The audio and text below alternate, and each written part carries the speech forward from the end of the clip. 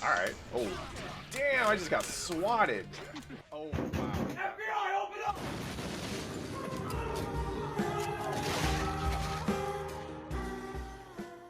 Hey, what up? It's pattheflip. Thanks for checking out the video. If you want, give me some money on Patreon or Twitch so I can keep on making cool shit.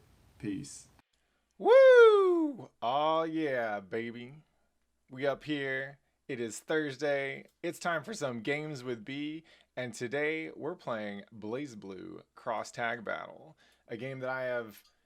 It says I have 3.4 hours in this. I'd be surprised if I have that much. I bought this, I messed around with it. I was mostly excited for the uni characters, but it just instantly felt kind of whack to me. Never gave it the time of day afterwards. And now here we are, we're back. I get to revisit this game along with my 34 friends who have played this previously. That's what's up. Welcome back, Rowman. That's the real news from the day. What up? Happy birthday, homie. Holy shit. That's what's up. It is Rowman's birthday. Rowman is the secret behind this stream community. This one and Irene's. I can get up here. I can talk all day about fighting games. I can play video games. I can get some fucking cool ass people on here to play with us. We can run tournaments.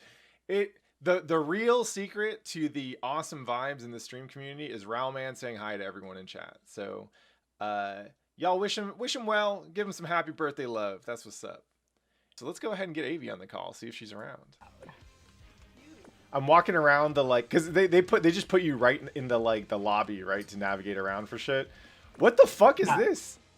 This jukebox cat with a fucking Radio Raheem boombox. And anyway, we'll kick this off properly. So as y'all know, season 2 of Games with B, and I gotta make sure I name check that, because that's what gets sandwiched to put the little episode stinger in there, the intro thing. Shout out to Sandwich, by the way. Doing a great job editing these things up. But season 2 of Games with B, we're working through ArcSys' back catalog, right? Trying to get a sense of how their craft in fighting games evolves over time. Season 1 was us kind of figuring out what the precursors to a lot of ArcSys stuff was, right? We played KOF, we played some Street Fighter games, and got to see where they started getting kind of anime. We played the Versus games and Marvel games, all that stuff.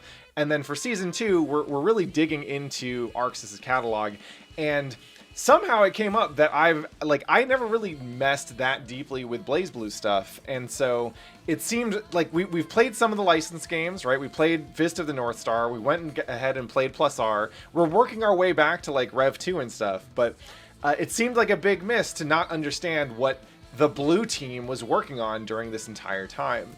And so we played BlazBlue Central Fiction, we ran it back all the way to Calamity Trigger, and now we're here playing BlazBlue Cross Tag, which is, this is a weird fucking game. I don't really know how else to describe it. It was released around the same time as not one, but 2 other tag games, right? Marvel Infinite and Dragon Ball FighterZ. And yeah, of those 3 games, this is arguably the one that had the least. I'm willing to bet the least amount of explicit dev resources, insofar as a lot of the actual art is reused. Right, this is a 2D game. They're still using sprite work here. They're sticking to the BlazBlue model of 3D environments on it with 2D character sprites. And I don't know, this game just kind of caught people off guard. I remember being hype as fuck when they announced, they did some character reveals at Evo, and when they announced that the Undernight cast was going to be showing up, that was actually what got me excited, because I'd played enough Undernight to just be hyped that IP, those characters, were getting some love. But I haven't actually dug in and played this game much. Have you? So I actually was playing this game on release, quite a bit actually.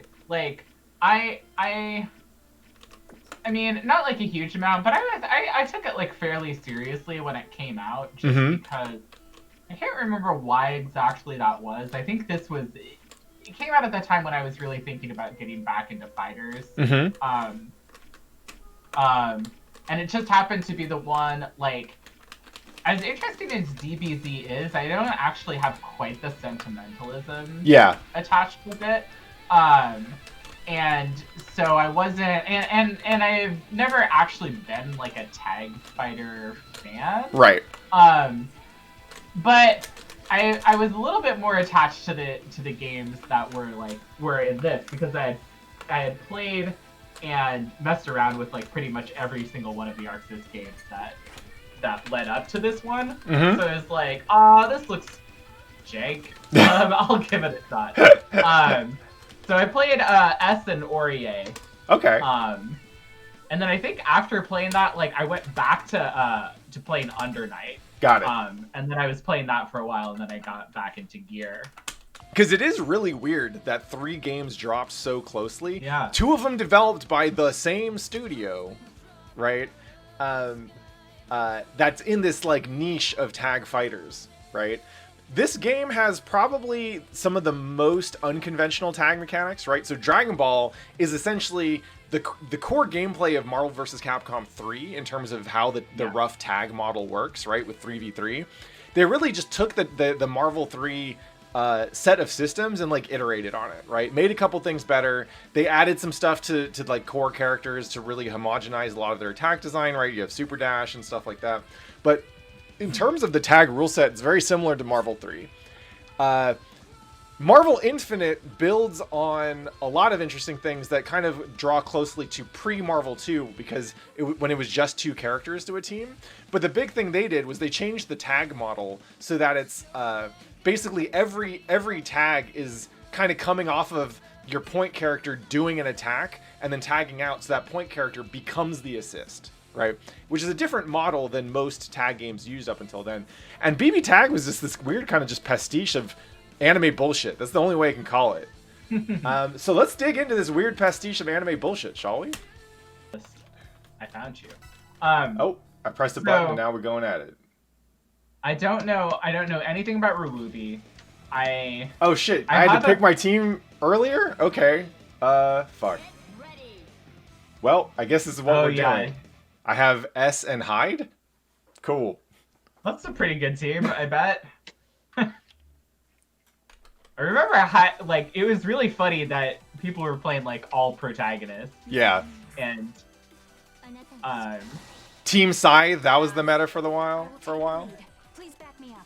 Oh god. I'm playing the dub. Ruwoobi fits in this like a glove though. Like nothing could be like better suited for this like complete nonsense than Ruwoobi. Like of everything is like kind of like just anime bullshit that doesn't really have damn much aesthetic congruity at all. Alright, wait, okay, we got 3 attack buttons, is that it? Yeah, there's only 2. There's only 2. There's 2 attack buttons. And then there's this crush button, which tends to do, I think it does like it makes your opponent have a crush on you. That's how that works? It's it's the dust button. It's just dust. Okay. Because it does like an overhead and then like a sweep. And then there's I got my ass beat about as quickly as I remember seeing people get their ass beat in this game. Yeah, I remember them being like, wait, this probably should be 3 out of 5, like, immediately. Alright, I'm going to character select first. Oh, that's right, this game is the worst character select screen. Yeah, it's really bad, I was just remembering. Okay. I see. So there's a change button and an assist button. That was fucking me up. Yeah, that part is super weird. Again, I can kind of see why, like, they're kind of breaking it down to pretty, like, essential functions. Yeah, like, I'm just pressing B, and I did that much stuff? Right, yeah. This is the ultimate, like, press a button and watch stuff happen. Boom. Alright, Carmine. Oh, so okay, so if I call the assist out there, and then I can tag, okay.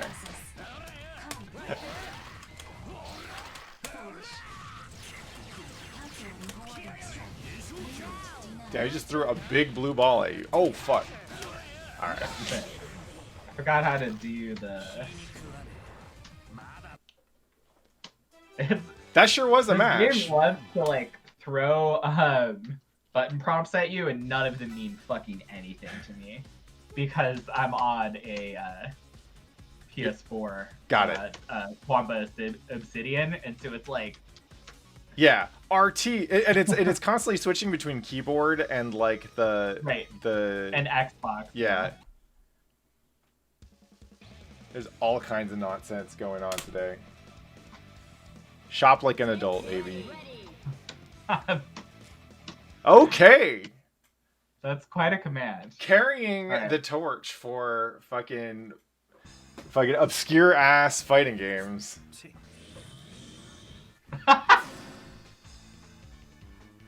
Jesus Christ. Oh my god, he's so big. Woo! I can't believe that they put him in here. I think it was great. I was definitely happy to hear it. I think it was one of the most hype. Some of the most hype I've ever seen people. Actually, I remember. I think I saw people like announce it.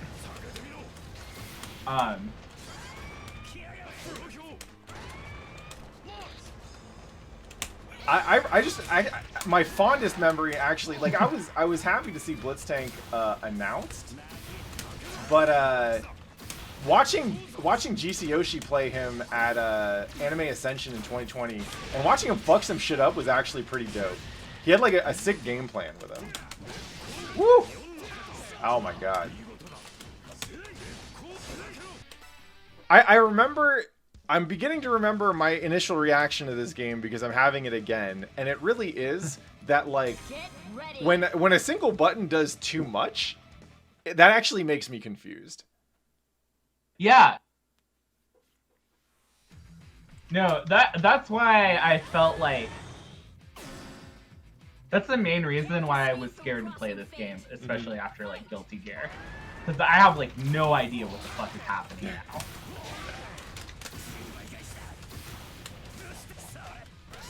Wow. A tank can block low? Alright. Interesting. Jump, too. If you just leave your teammate out there, are they not vulnerable? Okay, no, I was able to hit you. We got happy birthday potential in here. Oh yeah, you definitely can. In fact, you can get real bad.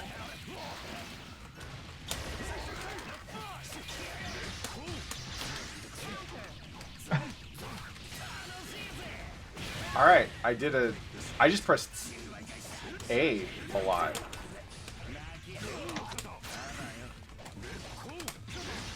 Oh! Alright, got the Akatsuki parry. Yeah, he's got a... Thanks to the raid. Wait, how do you even... Does anyone remember how you super in this game? Well, he definitely has, like, the Marvel 3 version of zoning.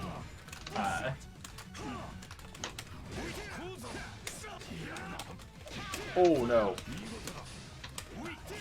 Ow. Alright, nice tag punish. Woo! Alright, I'm doing auto combos. Ah! Oh shit. Wait, how do I... Oh my god, I'm trying to Resident Blade so bad. Okay, there we go. Oh, that's right, he's got the puddle mechanic? Yeah, that's what's up. So, Carmine was actually the first character that I tried to get into in uni. I played him for a little bit. I feel like he suits you really well.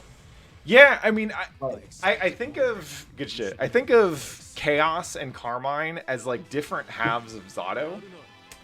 Like, yeah. Carmine is the caster with screen control, and Chaos is the, like, more puppet version, right?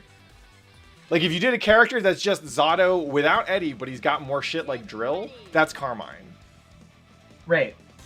And I definitely ended up sticking heavier with Chaos than with Carmine. Carmine's cool, but Ozzy's really cool.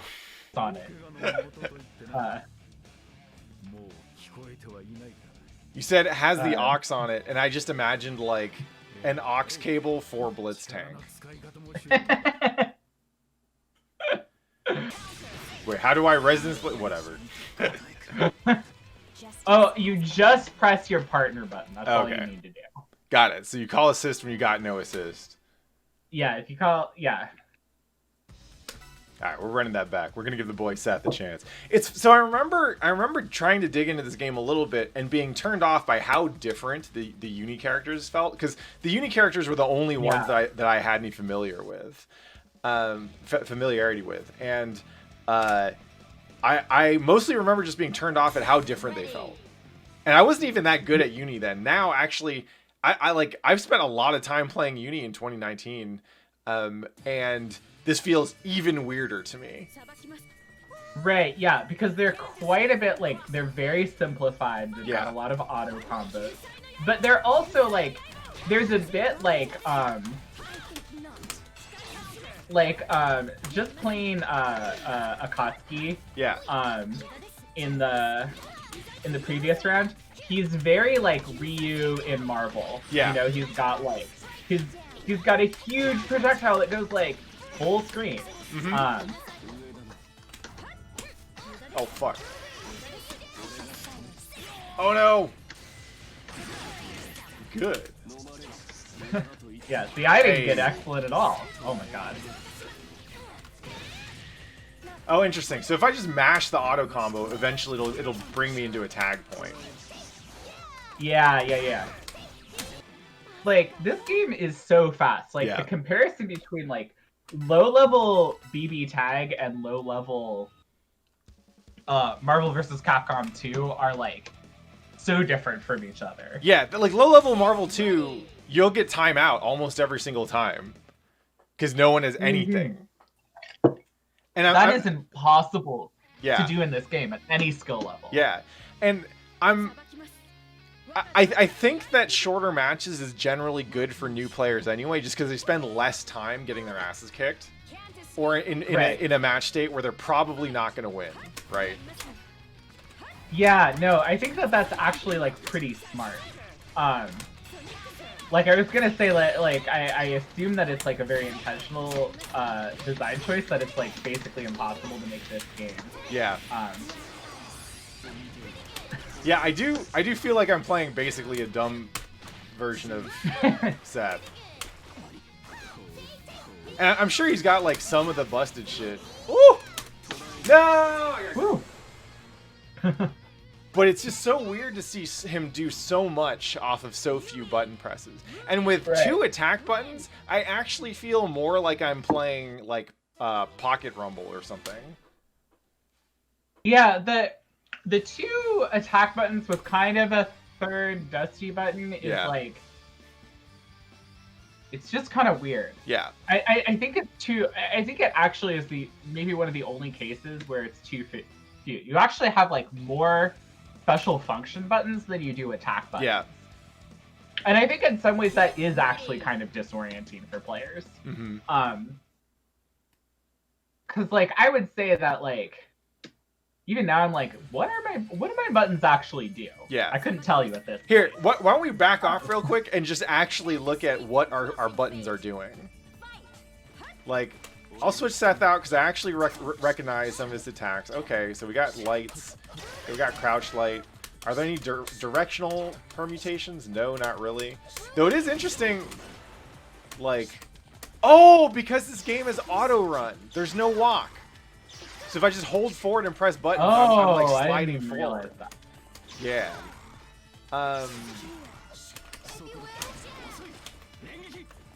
Then yeah, here's the dust. Oh, okay, and this is also going to be your... Yeah, this is like dust, huh? Actually... It's weird, right?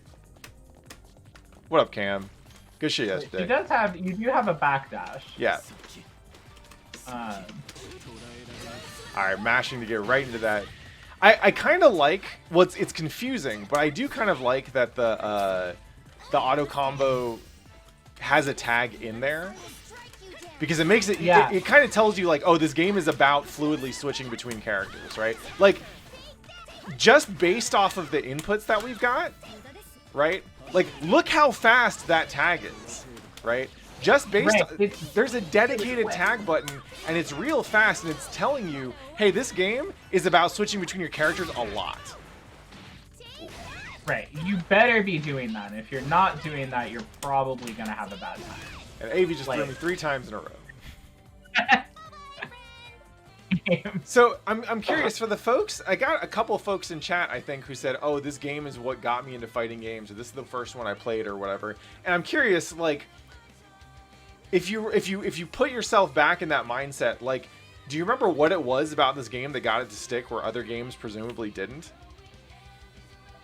Yeah, kind of curious, like why. I mean, I'm kind of curious. Totally... Why? Why? Why?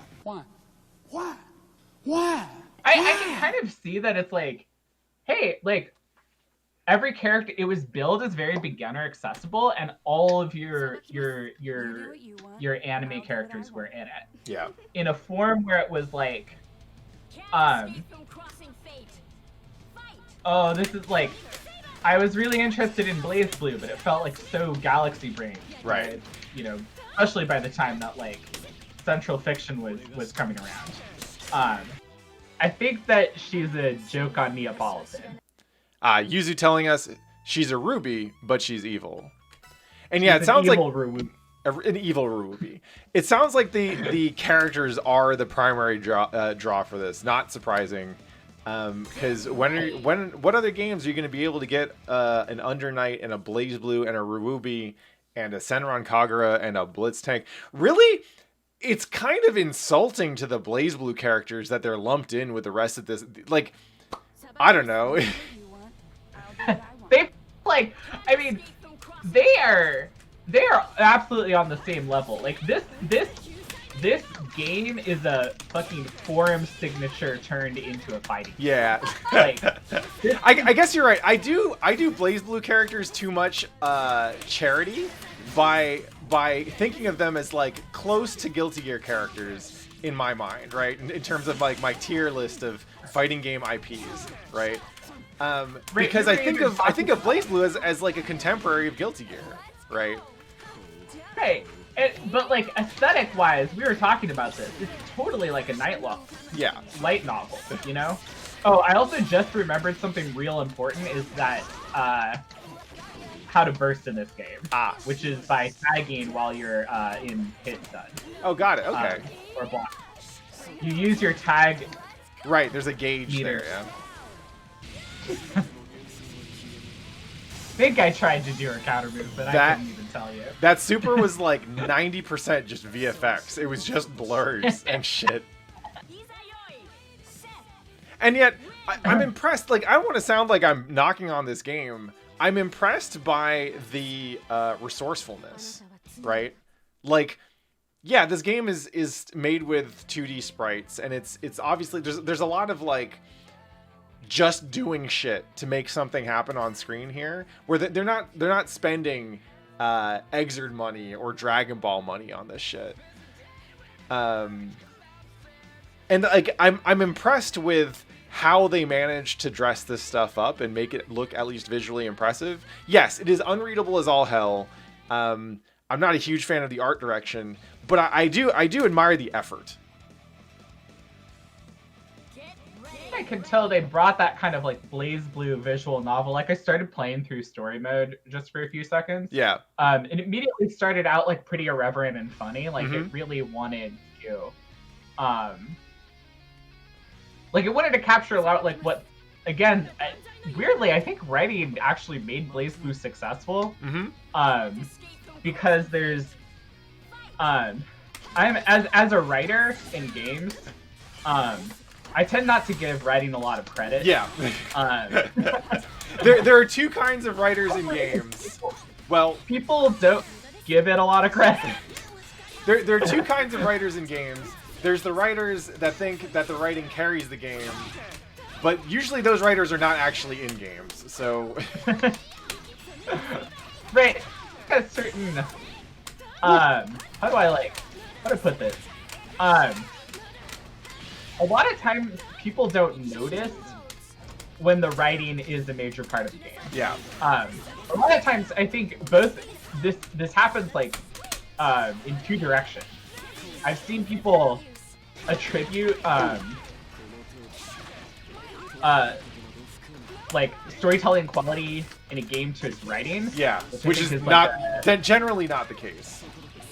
Right, or I would say well, you know, generally not the case, but it's definitely like not the.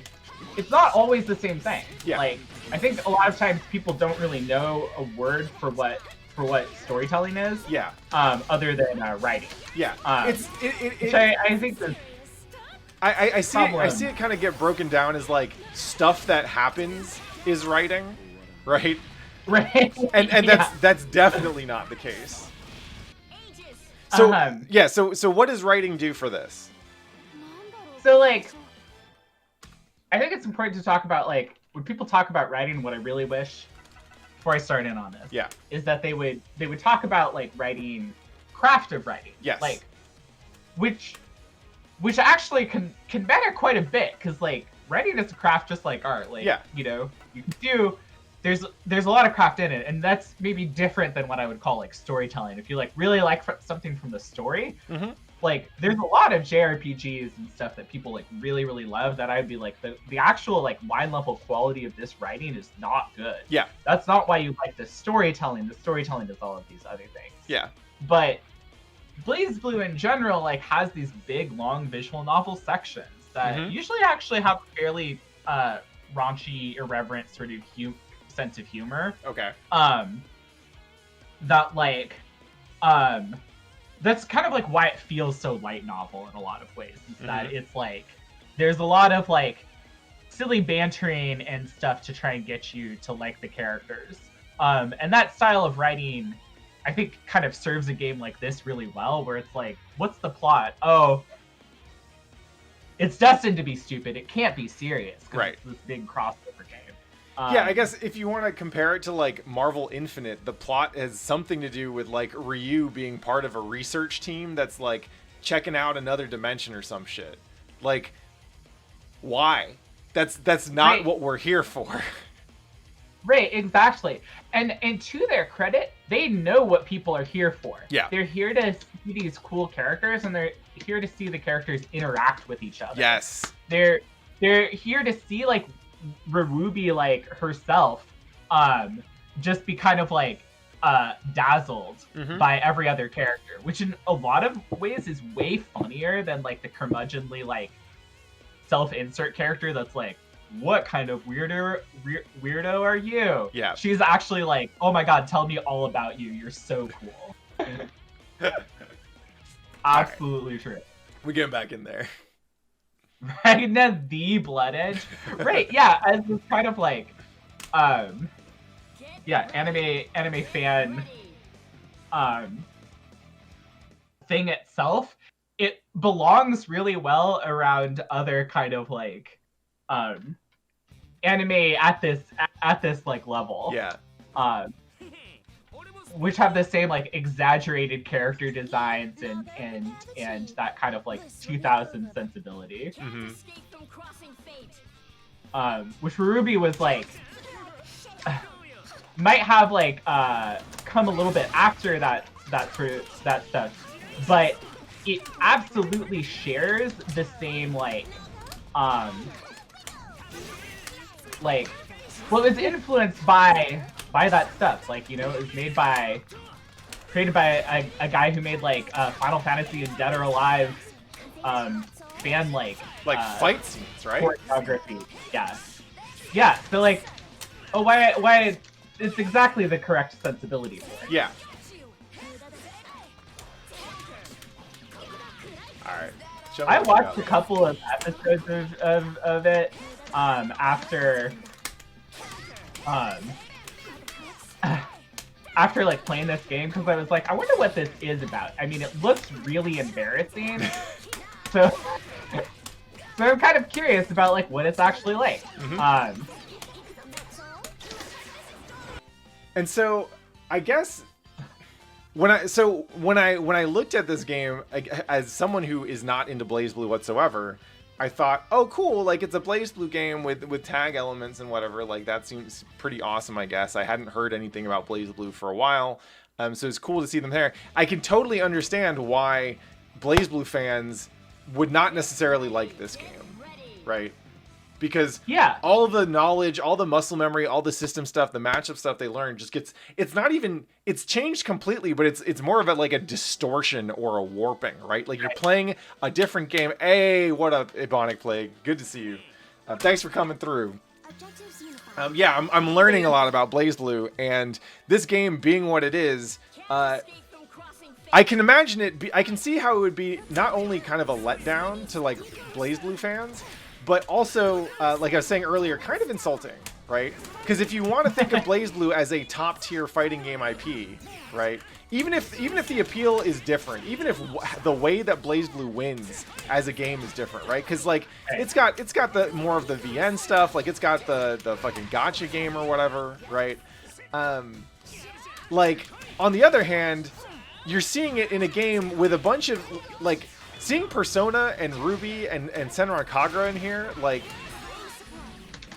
I have to assume that BlazBlue fans generally think of BlazBlue as better than that, you know? It's like this isn't Capcom versus SNK. This is what's a good analogy? It's like Capcom versus Fighters History Dynamite, which sounds fucking sick, Right. and I would play it, but that's not a huge vote of confidence, right? It wasn't exactly what people were trying to do. Yeah. You know. Well, and especially think about how like right after Exerd, BlazBlue fans must have been like, okay, cool. So when's BlazBlue getting the Exerd treatment, right? Is it happening now? Yeah. Is it happening now? How about now? And then instead, this is what you get, right? It's cool, it's expressive, and it's like creative, but it's also not that like big budget treatment. I just imagine this like, you know that like my hands look like this so that her hands look like this? It's like BlazBlue looks like this so that Guilty Gear can look like this. It was like this. One of the things that I think was part of the endearingness of this game is that it's so what it is. It's so up to 11. Yeah. And no matter how like anime embarrassing it is, which is always the thing that every anime game has to contend with, being anime and people being weird and embarrassed, and self-conscious about that. This game is so like so much that you can't help but like have fun. Like the fact that it plays like the Ruby like rock song that they play, people would get real hype with them, which is cute. I think that was like I think that's emblematic of like what made this game kind of like successful. Yeah. No, this game is impervious to cringe, right? Or it's a cringe check, if you will. Like if you are at all embarrassed, then you probably aren't going to be able to fuck with this, right? Because like, you know, like you play Guilty Gear in front of like people who don't fuck with anime, and yeah, you have to explain the titties. You have to explain some of the shit, but it's like they can rock with the cool designs. There's obviously a lot of technical work that goes into it, and the characters look as cool as fuck when they're doing this thing, right? Whoa. Cross Tag does not have that, right? Cross Tag is like we got like big titty ninjas, we got Persona, but not even the new Persona, right? It's the old Persona, because that's what got the fighting game. And we got BlazBlue in there, which has a whole bunch of stuff that is just like a little harder to explain, right? The immediate curb appeal not quite as strong as a Guilty Gear. But like it means that if you're into this, like we talked a little bit about curating your audience, right? Individually at the end of last week's stream. And we talked about some of the creative decisions that you make, not to maximize your reach, but to make sure that only the people who you want to hang out with fuck with your shit, right? And this game absolutely does it. I can see why people who love this game fucking love it and get super hype about it with other people who fucking love it, because it is so like determined, right? It is so determined to do its thing, and it kind of doesn't care if you like it or not, right? It's got conviction. I respect the hell out of that. Oh, I'll play the. Actually, I should play the classic BB tag team. Are you just gonna pick sides? Oh, close. Hey, the Koji Cog.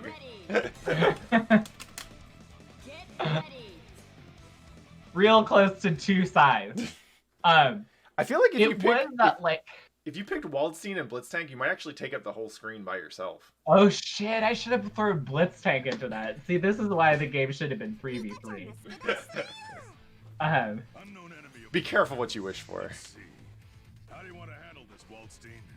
Oh, they even have like an intro together. Yeah. Power. Best bros. Can't escape from crossing fate. Fight. I got like the most XD character and the least XD character on the same team. Oh yeah, he's. There's no escape. Oh my god. You're strong. Oh wow, that hurt. Alright, time to blaze it up. Oh, that's right. He can't actually. Oh! Okay. Hey! Shit. Maximum Mika, let's go. She's just. She's Wait. just stuck in.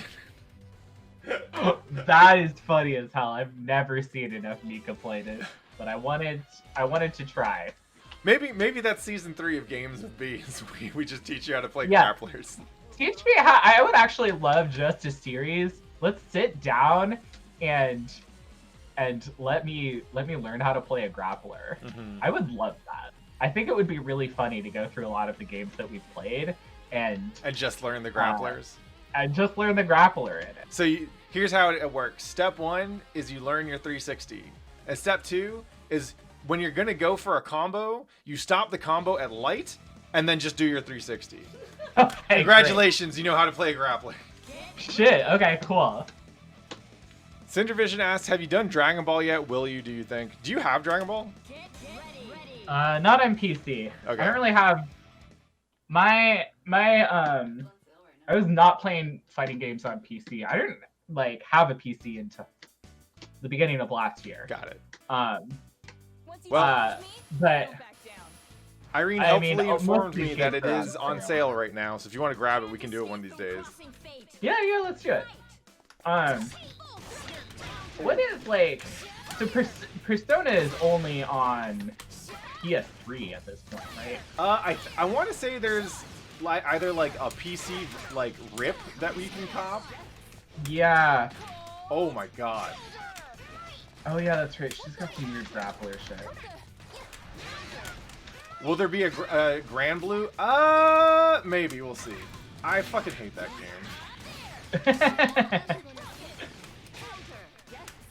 Yeah, I was gonna say like, I don't know if Pat wants to play that one. Like, if you want to watch me shit on BlazBlue for 2 hours, I can do that. I might not subject Aevee to that. I know. I've had a pretty good time playing that game. Although I gotta say that like, we couldn't be playing that game under worse circumstances. Right. Honestly, like the netcode is like. This is like why. I really do hope that for whatever season 2 or whatever of BlazBlue Fantasy versus it, they decide, not season 2, it's gotta be season 3 or whatever. BlazBlue Fantasy versus Cross-Tag Battle, or whatever it's gotta be, like,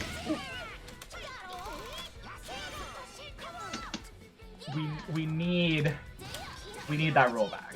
Yeah. More than like a lot of other.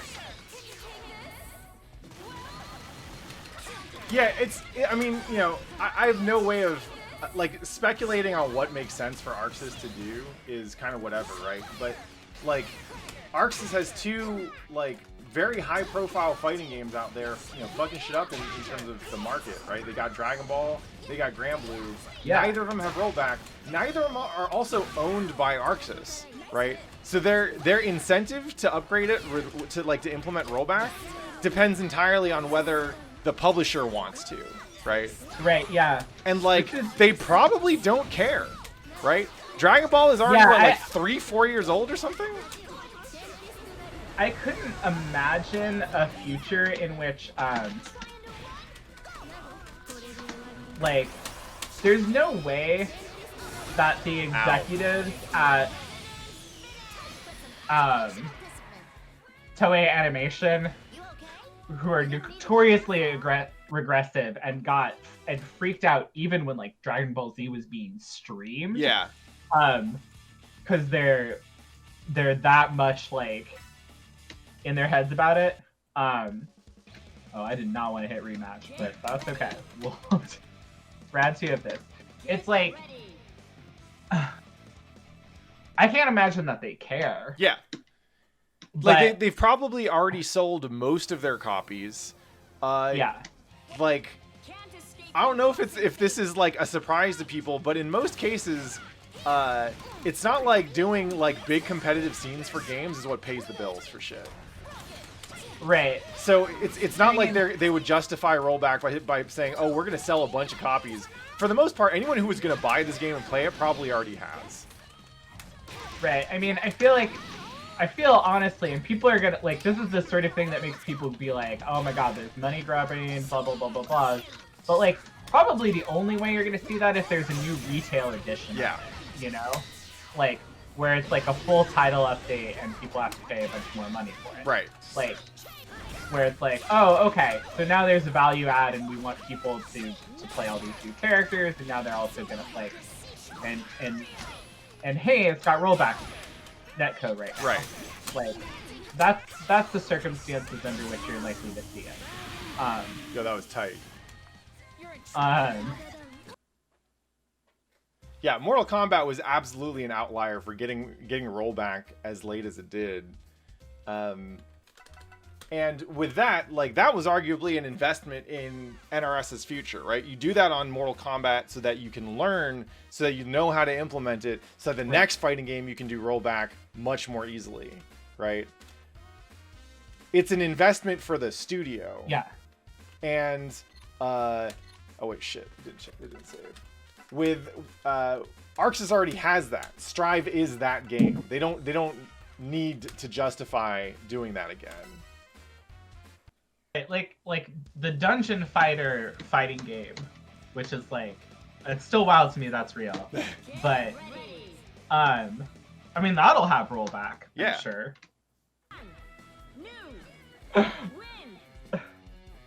Those were some pretty good. Some pretty good matches. Those were some pretty good matches. So like, if you could call them that. I mean, like, I just watched, before we were streaming, I was watching some pretty new players pick up Guilty Gear and just mess around with it. It's not their first time, but, like, they're not experienced fighting game players, and they're kind of digging into Guilty Gear. And, like, right off the bat, I can tell you that they would, if I got those players playing this game, they probably would not have any better an idea of what they were doing, but they would probably be more impressed with the things that they were seeing happen. And they'd probably feel better about it, which would get them to keep on playing the game. Right, like, again, like, we've talked about this a lot, that kind of, like, cliff that you have to get over before you feel like you're actually, like, doing stuff. Yeah. Can be, like, kind of, I mean, I feel like in some ways, we've talked about this, but a big part of that problem is, like, an opponent that makes you feel like nothing you do matters. Yeah. Like, which is kind of like why skill in matchmaking and that sort of stuff is so important, is because you can really just feel like, well, I can't get impressed by anything I'm doing because what my opponent's doing is too... Right. It's just too dominating in general. Like, I don't get a chance to actually see, like, experience what the game is. Whereas if I was just playing, but pressing buttons with my friends, like, I'd be as impressed with, cool, I pressed, like, a heavy attack button, or I actually did a special move. Like, now I'm feeling cool about it, you know?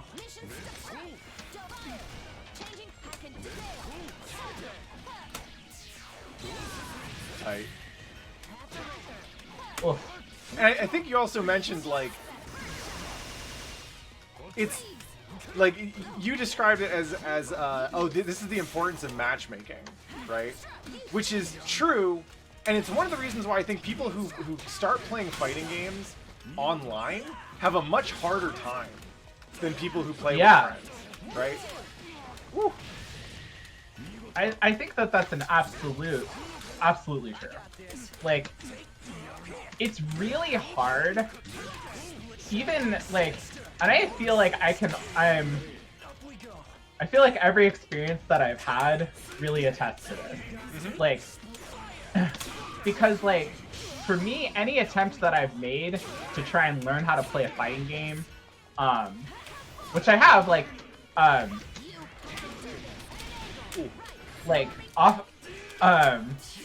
the only experience that I have that's been successful online has been in like a dedicated Discord server with a ton of other people who have regular games. That's like pretty much as close as you could get to the like playing offline with the homies experience, right? Right, exactly. Like, oh, I think you pressed the button. There was more gun. I was not ready for more gun. So yeah, like having, you have the positive reinforcement, you're playing the same people, so you get a sense of like, how do I learn this character matchup and how do I learn this person matchup, which you don't get when you're just matching random people. Yeah. Like, I think that in some ways I really like random matches because it lets me start playing the game. Yeah. Like, which I have like. Get ready. We talked a little bit about like I think that anime fighting game design really rewards people who really want to like get in the lab and like figure stuff out and memorize stuff and then like use it on people and like that. And that's like really appealing both to like a certain sort of learning style and a certain sort of play style and a certain sort of like execution barriers that you're able to overcome because you don't have to like worry about like minute frame data interaction. Right. You're just thinking about like the stuff that you've memorized. But I know that I personally like when I want to learn something, I just want to start getting in and seeing what it feels like in practice so that I can go back to the game and be like, okay, well, I guess I have to learn how to deal with this thing now. Right. But I feel like I can't really do it in a vacuum, and I never gravitate towards characters that are like, okay, just memorize this thing and you can start playing at like at a particular it's level. kind of it's kind of like two different mentalities or just modalities for practicing and learning, right? Like the loop that you're describing where you're like, oh, I want to learn how to do a thing and kind of learn how to play the game properly, right? Is not necessarily how people play fighting games with their friends unless their friends play fighting games, like seriously, right? Right. It's the difference between playing a game to kind of play a game and playing a game to kind of kick it with the homies. Every time you invest in the game and you're kicking it with the homies and the homies aren't invested like you are, you just made the game worse for them. Right, yeah, exactly. I can't let you live. Okay. No, I didn't even rush. All right. I will happily grant you the title of Supreme Champion of the BB Tag universe. You can have that. That's the champion of like 6 or 7 It's universes. true. You cleaned up a couple universes here with one game. It's very impressive. With one game. Persona 4, solid game. GG. Uni, that's what's up. All right. We'll go ahead and quit out of this. GG's, Aevee. Yeah, GG's. That was fun. Yeah. All right. Can I figure out? Okay, there we go. BB Tag. So Lil Scantron asks, how did I like it? I mean, the short answer is I don't, but that doesn't stop me from having a decent time. And actually, I'm more impressed by how we talked about this a little bit earlier. Like, this game goes in on being itself, right? Somehow, despite the fact that this game is this wild ass like anime fucking Mugen, right? With tag mechanics that don't really resemble a whole lot of other games out there, and a whole bunch of characters that most people who even the people who know BlazBlue probably don't know Senran Kagura, right? Or probably don't know Akatsuki Blitzcamp or whatever. Like, despite the fact that you're really drawing from like the C and D list fighting game IPs in some cases. You know, we got Uni that's like moved up to a solid B. We got Persona 4 Arena. There's some bangers in there, right? Despite all that, this game is very much knows what it is. It's very determined in the kind of experience it's creating in both core combat, in the meta systems. You know, from what it sounds like, even the writing of like the story mode stuff, or even honestly round intros, right? Those round intros, getting all those specific character matchups voiced over and written and all that shit in multiple language, that's a lot of fucking work. Like that I cannot stress how much work it is to actually make all that shit happen, right? When you write a line, when you're doing custom round intros, you need to make sure that you can get all the voice actors on deck to do this shit. You need to know who your fucking pairs are. You need to make sure that you have the support like in the actual game to be able to make this stuff. And then you have to all the fucking audio recording logistics involved in getting this shit into a video game is definitely not insignificant, right? So they clearly did a lot of fucking work on this game to make it something which if you fuck with this shit, then you are probably like a lifelong fan, right? I could see this game sustaining a niche competitive scene long after ArcSys, stops updating it or whatever, right? Because if this shit hits, nothing else out there is going to hit quite like it. You're not going to go from this game to Marvel Infinite. You're certainly not going to go from this game to Dragon Ball, I don't think, right? And I guess to like, you know, remind the context of this game, it came out around the same time, I think almost like the same month as Marvel Infinite and Dragon Ball FighterZ, right?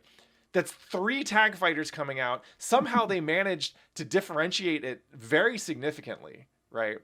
And it's kind of this lovely reminder that when you're making a video game, you can't afford to try for everyone. You can't afford to go for general appeal. If you make a video game that everyone in the world is like, oh, that seems kind of cool, no one is going to fuck with it. Because they're all going to be playing the things that speak directly to them. And so it's kind of more important to make something that most of the world thinks is bad, but 5% of the world thinks is good. It's like really good. Because if you can blow 5% of the world's minds, you got yourself a fucking amazing hit. That was a lot. Aevee's processing. Yeah. No. I think that's all. Like, I mean, Aether Beat is saying it came out 5 months after Dragon Ball, which is really wild. Like making a tag fighter that's like that, you know, is not gonna do as well as DBZ, just kind of like by default. Yeah. And both these games are taking years to make, right? So for years, right. ArcSys knows that they are making 2 games in the same pretty niche fighting game space. Mm-hmm. And they're like, in some ways I feel like this is a really good, thinking about tag fighters, this is like a kind of like more old school approach to them, right? Mm-hmm. Because Dragon Ball Z Fighters is basically Marvel's Capcom 3. Like, they're taking the nostalgia for the IP of DBZ and of of Marvel. Yeah. And Marvel 3 is cashing in on the nostalgia of Marvel 2. Right. Right? Which is itself like a big, wild, like asset flip. Yeah. Where they had all of these fighting game characters. They knew that they could just adjust them because, like, as we've talked about before, it's actually like, you know, once you've got the animations, you can do a lot. Mm-hmm. So here they are, like, making their version of it that they didn't necessarily really have to do. They made a total of, like, I would say, how many original characters actually got animated for this? I think it's just the Ruby characters, right? The Ruby characters, I think Heart and because that's a new spread of hers. Oh, got it. Okay. I mean, that's right. You mentioned. I'm almost positive. Somebody can correct me on that, but it's just way too high resolution to be like. All right, so the chat's telling us it's 5 Ruby characters and Yumi. And Yumi, yeah, the ice character I was talking about. Oh, Heart Sprite is from Nitro Plus. Okay, so it is a. Oh, and Blitztank got new sprites. Okay. Yeah, Blitztank definitely got a new sprite. Although it's like clearly modeled off of the old one, and I could say that Blitztank is not maybe the most animation intensive character I've seen in a fighting game. Mostly just like VFX. I think that this game is pretty dead at this point, because it had its like big 2.0 thing at Evo, but then there was absolutely no more support after it. Yeah. So I would imagine that this game is not getting further support. It would be really funny if they used Blitztank's original sprite, but yeah, I really like that. I mean, I understand that maybe people are like, this is not the actual BlazBlue Central Fiction, and it's definitely not. It's kind of weird that they put BlazBlue as the front-facing thing on it. Yeah. But it's pretty impressive that they decided to like make a new weird original game where they got to experiment a lot. Like that's a lot of like what the original Versus series really was about. Yeah. Was experimenting. I love the parallel that you draw, right? Where you're saying they kind of made a Marvel 2 and a Marvel 3 at the same time, right? Yeah, exactly. And I think that there's some things about this where it's like, where if there's anything that's kind of disappointing me about this game, it's more that like we didn't really get to see it evolve in the way that like the Versus series does, right? Yeah. Where they're really just trying out one crazy thing after another. They're throwing all sorts of different things into the game. It seems like this game wasn't like necessarily supported for long enough for them to really get in with that.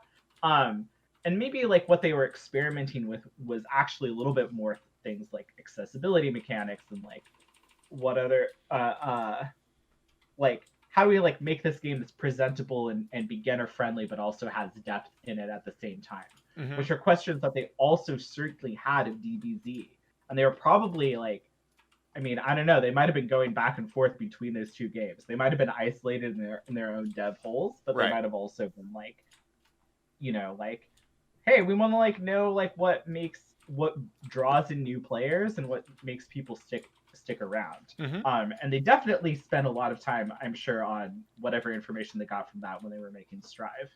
No doubt about it. Yeah, I mean, and kind of like we've been piecing together, like every game that ArcSys makes is in some way the game that's going to be accessible and easy for people to get into and blah, blah, blah, blah, blah, right? They've taken so many swings at this pitch and like, yeah, I don't think they've knocked it out of the park at all yet. I don't think they did it with Dragon Ball. I don't think they did it with this game. I don't think they did it with BlazBlue. I don't think they did it with Stylish Mode. I don't think they're going to do it with Strive. But every time they get a little bit more of a piece of it, right? Every time it gets closer. Maybe we're not seeing any grand slams, but we're seeing some solid line drives, right? They're getting on base. And each time they do it, they do bring a new chunk of fighting game players to the fold, right? All the people in chat who said, hey, this is the game that got me into fighting games. Like, you're here now, and maybe you're still playing cross tag. Maybe you're playing other stuff too, right? But if this was the game that got you in the door, then something they did worked. Yeah, definitely. And I think like when people are like, I mean, I don't know. I think if a lot of people's first serious fighting game was BlazBlue Cross Tag, then maybe they did a couple of things right, you know? I think too this is notable because we didn't really like get into it very much and we didn't like watch any footage of like high level BlazBlue, but high level BB Tag is really Galaxy Brain. Like there's just some of the wildest stuff I've ever seen. Like the I don't know how much they changed it, but like you were able to like have two characters. Yeah, I think this is fair enough. We'll let it rock. You were able to have two characters on screen at the same time and switch between which one was the active one to like mix your mix your opponent up. Yeah. That stuff was wild. Mm-hmm. Are you sure I do like this image? Yeah. Now this Even this if it's is the this is wrong it. one. We got a Burger King. It's a really good one. But yeah, I would kind of like to. I just think about that because like every time people are like, our system works, it's dumbing things down. They're like gonna make it too much for this. Okay, I like both of these images a lot. We're letting them both rock. That's what's up. But I just think about like every time it feels like people are like, oh, they're making it's gonna be like very footsie based neutral or whatever like that. Something really galaxy brain comes in to like completely mess up with that assumption. Yeah. So I'm not sure what that's gonna necessarily look like for Strive, but I kind of like wonder like what that's gonna be. And it might not be a thing that people, again, people who are like coming at Strive from like Xrd and XX are gonna actually enjoy. Mm-hmm. But every time there's a new fighting game, like there's some people immediately like find the bullshit. Yep. So I'm always wondering like what is the bullshit gonna be? Because there's no way if there's none, they clearly did a bad job. And you can say anything you want about BB Tag, but there was bullshit in that immediately. Oh yeah. So you can't say it wasn't a real fighting game. And so this is interesting because it reminds me of a conversation that I saw on Reddit somewhere, where someone was like, Capcom needs to make Rival Schools or Vampire Savior their second fighting game, right?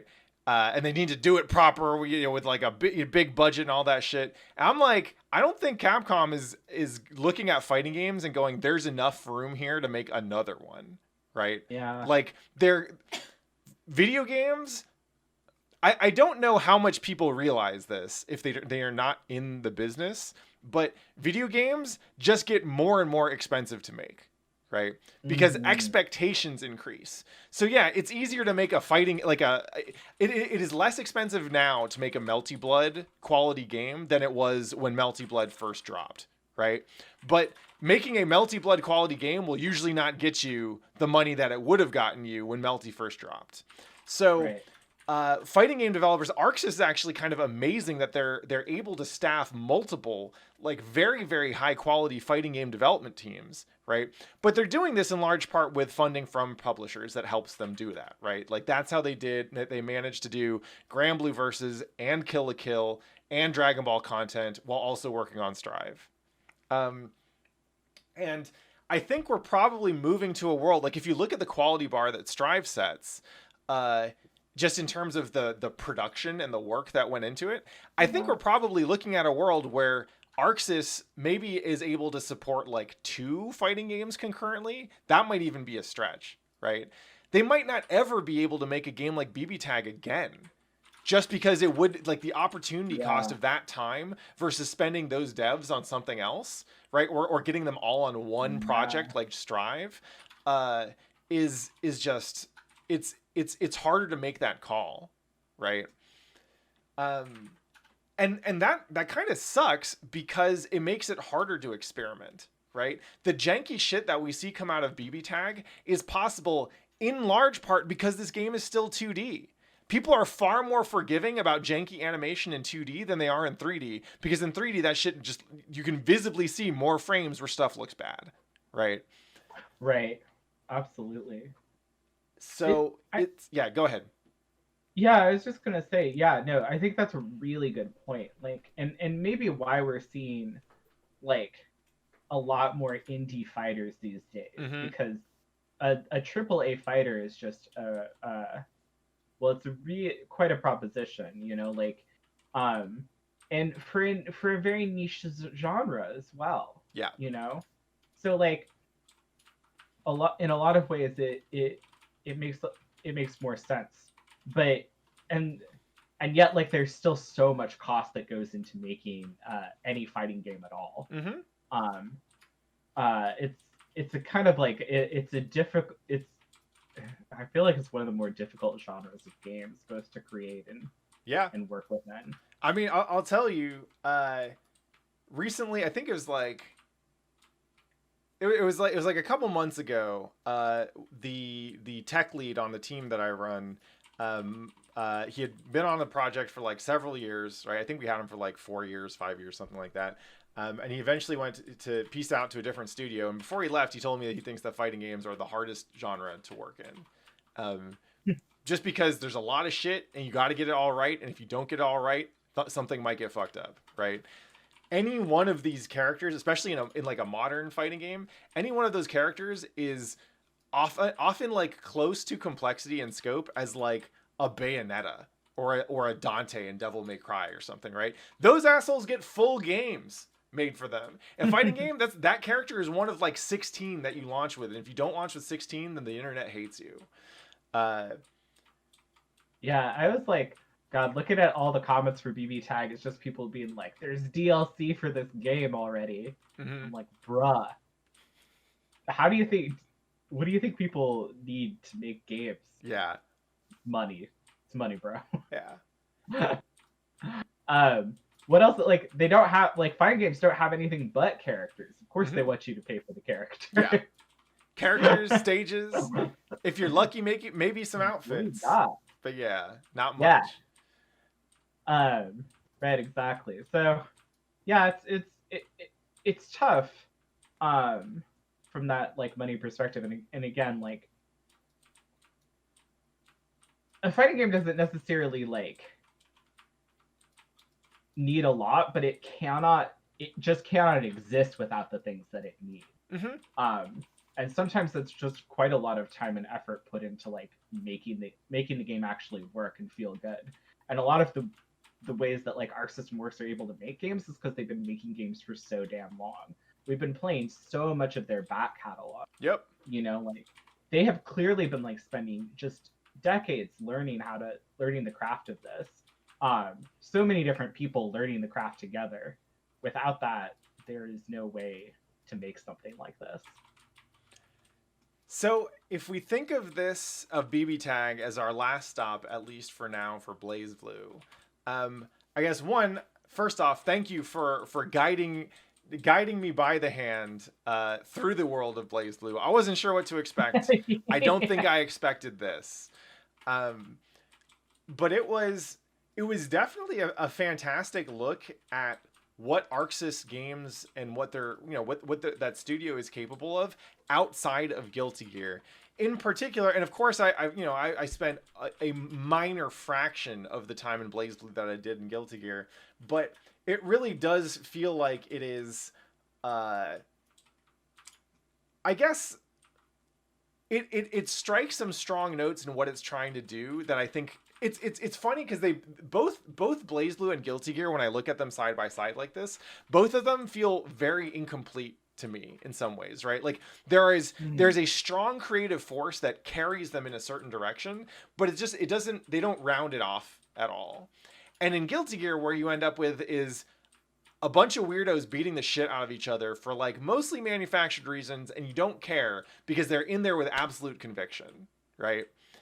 With BlazBlue, I get this like shotgun spread of anime characters that like the odds are pretty good that you'll find one that you'll kind of like, and if you're invested in that might be enough to get you invested in the game or in the, in the series in general, right? Which is an important and often underlooked part of fighting games. Like when you make a fighting game, you don't need to make a whole cast that appeals to a player. You kind of just need one character that's your favorite. If a fighting game can give you your favorite character, you will play that over games where you might like the most of the cast like a lot. Who's your favorite BlazBlue character? Is it Rachel still? It's probably like, I mean, I think Rachel is probably one of my favorites. I really like Mai.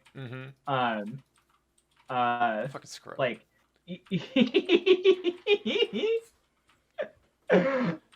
I did beat you. I really like Izanami. I think if I was like trying to play BB, I would probably like just thinking about this new Path of Fighting games that I'm on, I would probably try and learn Izanami because I think she's really interesting and really really cool. Yeah. In concept, so I'd want to learn her. But a lot of that attachment that I have to those characters, some of which is like gameplay and others a bit is story.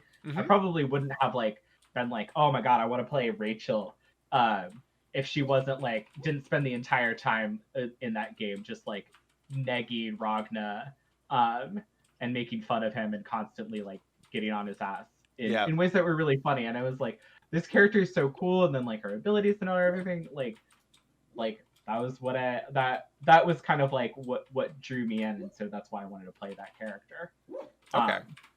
Yeah, I guess this does make me actually want to check out the BlazBlue like lore and narrative stuff, because when I did that for Guilty Gear, like I was already sufficiently invested in Gear that the story didn't do much to move my investment in the characters, though it did help me better understand how they interact with each other.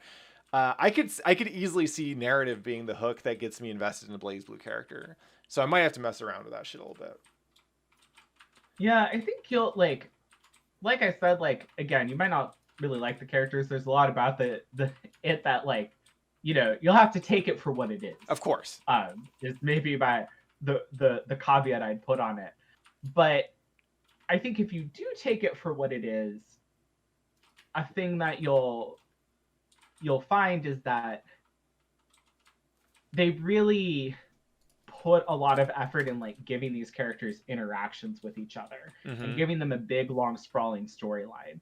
And Guilty Gear has kind of like given you flashes and moments of that. Yeah. But I think sometimes the longer Guilty Gear goes on with that stuff, the worse that I feel like my impression is. Yeah. That I'd rather just have them exist as these cool, stylish 90s characters. Yep. With the BlazBlue characters, since they're already like these like overdone kind of like light novel-y like 2000s anime edgelords, the more that I get about them, the more that they become like fun people to me beyond just their kind of like surface level impression. Okay. I think it's like a very different approach to kind of like fighting game characterization.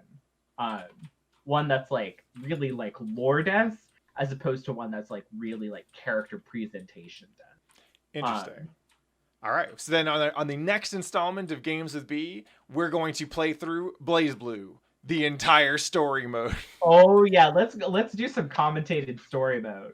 I'm actually super down to do that one of these days. Maybe that's how we should wrap up the BlazBlue arc properly. So, couple things, I guess. First of all, next week, because this week is Cali Burst, first Saturday of every month. Let's fucking go. Stream starts at 1 p.m. Because this week is Cali Burst, next week I'm going to be taking off from streaming except for Wednesday Night Fights. So no games with me next week. But I need to give my hands a break, to be honest. I've been playing a lot of fucking fighting games. And so next week I'll probably take off from just playing fighting games in general. I might enter Wednesday Night Fights. We'll see. But I would not be opposed to doing a VN deep dive with you one of these days. Oh, that could be fun. Yeah. I'd be down with that. But in terms of the next game that we play, let's see. We should play Dragon Ball. We should play Persona. What else? If I can find a way to play Sengoku Basara X, we'll play that. We played the Umineko Golden Fantasia already. Arcana Heart. No, we're sticking to ArcSys games for now. Yeah. Maybe we should give Arcana Heart a try at some point. Yeah, I feel like I want to dig into. So I feel like after we get into like to me this season ends with like Rev 2 and then Strive, right?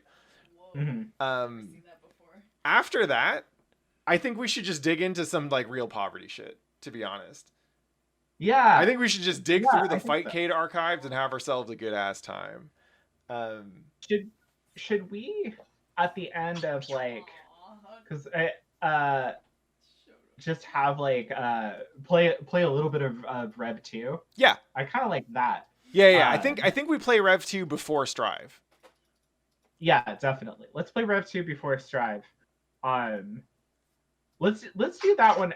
That one might be fun as a kind of like, we haven't played each other in Rev 2 in a very long time. Yeah. I think that'll be interesting. Maybe we could go like serious for a little bit, and then we can kind of like go. We can try. Let's I don't know how well that's gonna go. I'm down. You're still feeling yourself because you took Supreme Champion and Plus R. I see you. I did. I'm still holding that L over my head every goddamn day. All right. Well, I know, right? That's what I get for trying to hold a conversation with Aevee while playing a game with her. All right. I think this is a good place to wrap up the stream. Yeah. If you got anything to plug, go for it. Definitely follow Aevee's Twitch over at Man Machine Zeal. Follow her on Twitter, Rowman, with the links on deck. Mwah. Thank you, homie. We missed you. Yeah. Another welcome back and a happy birthday to Rowman, by the way. Yeah, check out the Skullgirls update. Hell yeah. Also, Irene and Mariel from Future Club did an awesome song collab on Saikai, which I will continue to plug. Go listen to that shit. It's on Irene's Twitter, twitter.com/coquette. It's fucking amazing. And with that, we'll call it out. Aether Beat wants us to play Skullgirls. We'll play Skullgirls after we wrap up the ArcSys arc. Sis. Did you see that T-Pain video? Okay. Thank you one more time, Aevee, for coming out. Thank you, everyone, for coming out and watching. We'll see you at Caliburst this weekend, and then we'll see you on Wednesday Night Fights after that. Until then, you know what it is. Love your life, be good to one another, and play some Bure Buru Kurosutagu Bataru. Thanks, y'all. Peace. Mwah.